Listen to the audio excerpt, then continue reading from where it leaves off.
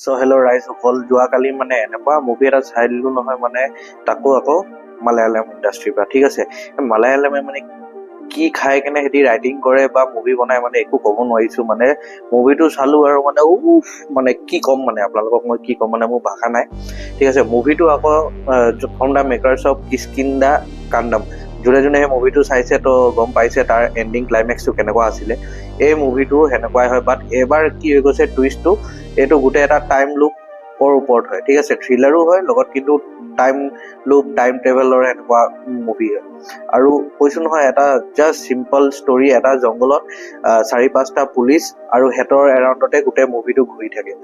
মানে কৈছো ন, কেনেকুৱা ভাবিব পাৰে মানে এনেকুৱা মুভি। মানে এইটো মুভিটো মই ষ্টৰিটো বেছি একো ক'বলৈ নোৱাৰো।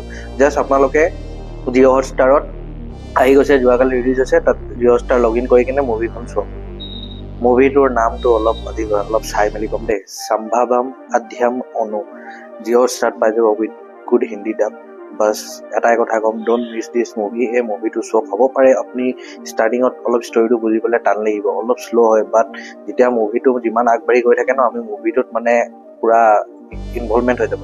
আৰু মই কৈছো টাইম লুপ মুভি হয়, তো একদম ধ্যান দি চাব লাগিব। এটা ইয়াৰ কথা বহুত ইম্পৰ্টেঞ্চ হয়। ঠিক আছে, আৰু ক্লাইমেক্সটো কৈছো নহয়, আপোনাৰ মাইণ্ড ব্ল' কৰিব।